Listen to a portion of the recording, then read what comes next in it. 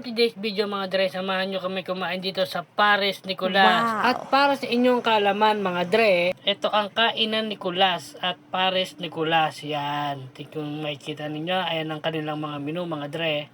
At may grilled steakhouse sila at bulalo pares. Yan, only rice yan mga dre, no, kung makikita ninyo. At dito mga dre, makikita ninyo kung magkano ang kanilang mga price. Kung mapapansin ninyo, 99 pesos, 109 pesos, only rice yan mga dre.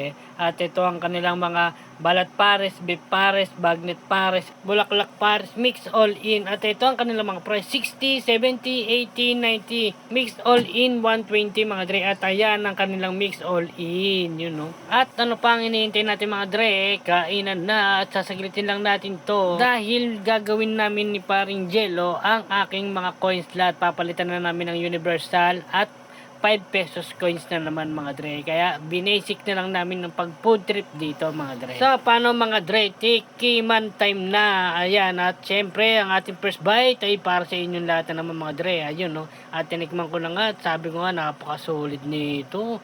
At tinikman ko na rin ang ating rice na may garlic. Yun no, napaka-solid ng Pares Nicolas mga dre.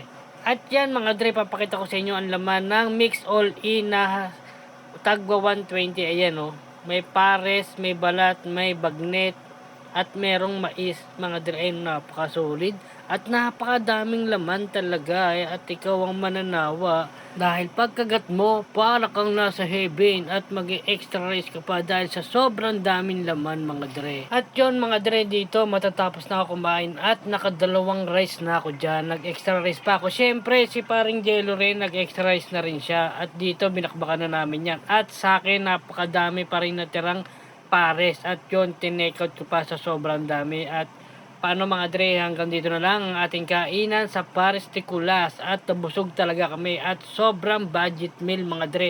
Try nyo nang tikman, napaka solid mga dre.